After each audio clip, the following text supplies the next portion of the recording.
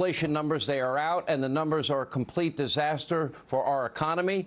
Even as interest rates rise, the economy is still contracting. Inflation is still hovering at a four-decade high, a whopping 8.3%. On a very serious note, this is an extremely dangerous period in our country. Two-thirds of Americans living paycheck to paycheck. It is killing the poor. It is killing the middle class. It is hurting people on fixed incomes. While incomes go down, the stock market has been plunging. That means retirement funds are getting destroyed. The cost of everything you buy in every store you go to is continuing to spike. Make no mistake, economic devastation is here with no end in sight, sadly. Gas prices, guess what? We hit another record high today. Diesel also another record high, and there may soon be a diesel fuel shortage. Utilities in this country, they're up a whopping 22%. Fuel oil is up a whopping 80%. Used cars are up anywhere between 22 and 40%. New cars are up over 13%. And by the way, when you finally find one, the MSRP sticker shock above MSRP is going to be massive. Looking for a plane ticket? That's up 33%. Meat, 14%. Eggs, 22%. Milk, 14%. According to economists, Americans will need to fork over $5,200 more per household this year because of Biden inflation. And over $2,000, by the way, every American that drives a car, they'll pay an extra $2,000 on gas prices alone. Already, as I said, two-thirds of Americans live paycheck to paycheck, according to CNBC. Now, sadly, all of this, as we've been telling you, could have been prevented. More than a year ago, our economy recovered from COVID lockdowns and got red hot. And Biden just continued to pump and spend federal money. Even as inflation started to rise at a very alarming rate, Biden pushed for even more spending. In fact, as we speak, he still wants to pump trillions of more dollars into the economy. This is madness. This is insanity. And that's not all. Biden also restricted oil and gas production, immediately put all these restrictions on the gas and oil industry. He killed the Keystone XL pipeline. By the way, we'd be taking in 900,000 barrels of Canadian oil a day by now. That would lower the price of everything. And by the way, it was Biden that banned drilling on public lands. He closed ANWR because, of course, he is an adherent to the religious climate alarmist cult that now run his entire party, because it's certainly not him. Now, Biden then sat back, did nothing as gas prices went up and up and up, except make excuses. A year ago today, Biden, Psaki, Yellen were all telling us gas prices would come down, that inflation was temporary, or their word, transitory. They were all lying or stupid or thinking about the economy in that, magical way, as Bloomberg was reporting. But get this, now as the economy is imploding, Joe Biden is rip-roaring mad because Americans, they're not giving Joey the credit he thinks he deserves. Oh, we should say thank you for the $5,200 Biden inflation tax, the $2,000 extra a year we're going to pay for gas? Take a look. We inherited an economy on the brink of a Great Depression. Millions of people losing their jobs, losing their homes, but even more importantly, losing hope.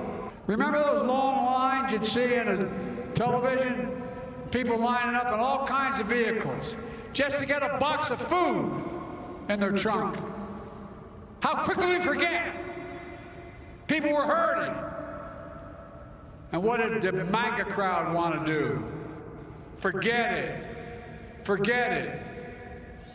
God, this is the United States of America. The idea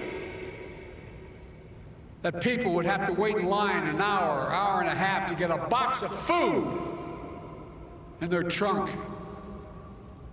It's just unbelievable. Yeah, your presidency is unbelievably awful.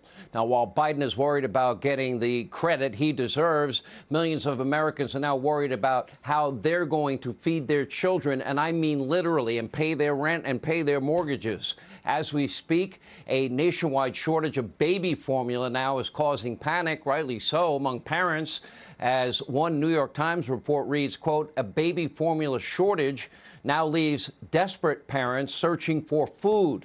It continues. Some parents are now driving hours at a time in search of supplies. Others are watering down formula or rationing it, hoping for an end to the shortage. I talked to a friend of mine. They're trying to import it from Europe, but then, of course, it gets banned. We're not stopping the opioids and the fentanyl, but we'll stop that baby formula coming in from Europe.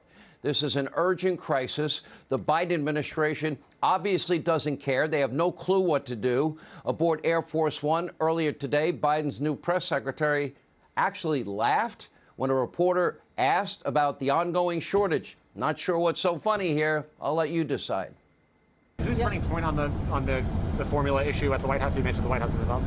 I mean, I at the White House, I don't know. I can find out for you and get you a person who's running point, but I don't have a person in name. Not sure what's so funny, but unfortunately, it's not only baby formula. We could soon experience a severe shortage nationwide as America's farmers, the people that are the heart and soul of this country, that feed all of us with the most sophisticated technology, the science involved in farming today. Yeah, they're struggling with all these rising energy costs, transportation costs, supply chain issues. And by the way, they're looking at 3 times the increase in the price of fertilizer. That would be necessary. Biden administration says maybe you should compost and maybe you should use manure. Okay, they need fertilizer. Look at your screen. The 4 major types of fertilizer are all at record highs. Look at these numbers. You like to eat. I like to eat. I go shopping every week. I have sticker shock every week. But look at these, up by as much as 115%. By the way, the farmers got to make a living. They got to raise their prices on everything so they can keep their farms going. And fear not, because today Joey actually visited a farm, once again reminded everyone that his home state of Delaware has a lot of farms. Take a look. One of the things I want to put to rest, everybody looks at me and says, have you ever been on a farm? And I remind them that what nobody knows. I come from the state of Delaware. I represented Delaware for 36 years in the United States Senate before I became vice president. Single largest industry in Delaware and the Delmarva, Delaware, Maryland, Virginia Peninsula, that peninsula that goes down, is agriculture. It's a $4 billion industry. $4 billion, that whole peninsula. And we have more chickens than there are Americans, more broilers. Maybe it's progress. He wasn't bragging that his state was a slave state as he once did.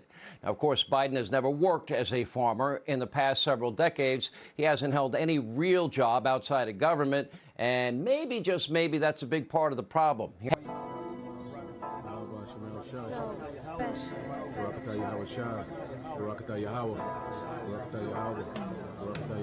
And whatsoever you shall ask in my name, that will I do, that the Father may be glorified in the Son. If you shall ask anything in my name, I will do it. If ye love me, keep my commandments.